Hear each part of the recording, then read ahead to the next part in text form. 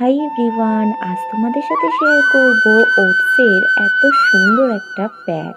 এটা তো দেখে খেতে ইচ্ছে হচ্ছিল, কিন্তু এটা খাবো না, এটা মাখবো মুখে। তো চলো কিভাবে প্যাকটা তৈরি করলাম সেটাই তোমাদের সাথে শেয়ার করি। প্রথমেই দিয়ে দিলাম 2 চামচ ওটস, তারপরে দিলাম এর মধ্যে একটুখানি মধু। কিন্তু ওটস আমি নিয়েছি 2 চামচ, পরে আবারও দিয়েছিলাম কারণ আমার মনে হচ্ছিল কোয়ান্টিটিটা খুবই কম। তারপরে দিয়ে দিলাম এর মধ্যে গোলাপ জল। তোমরা যদি কেউ চাও তাহলে এর মধ্যে একটু টক দইও দিতে পারো। এই সময় আমার কাছে ছিল না, তাই আর দিতেও পারিনি। এবার ভালো করে মিশ্রণটিকে মিক্স করে নিতে হবে।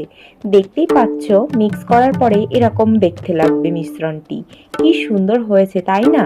তারপরে এটাকে ভালো করে মুখের মধ্যে লাগিয়ে নিতে হবে। কিন্তু মুখে লাগানোর আগে তোমরা ভালো করে ফেস ওয়াশ দিয়ে মুখটাকে পরিষ্কার করে আসবে।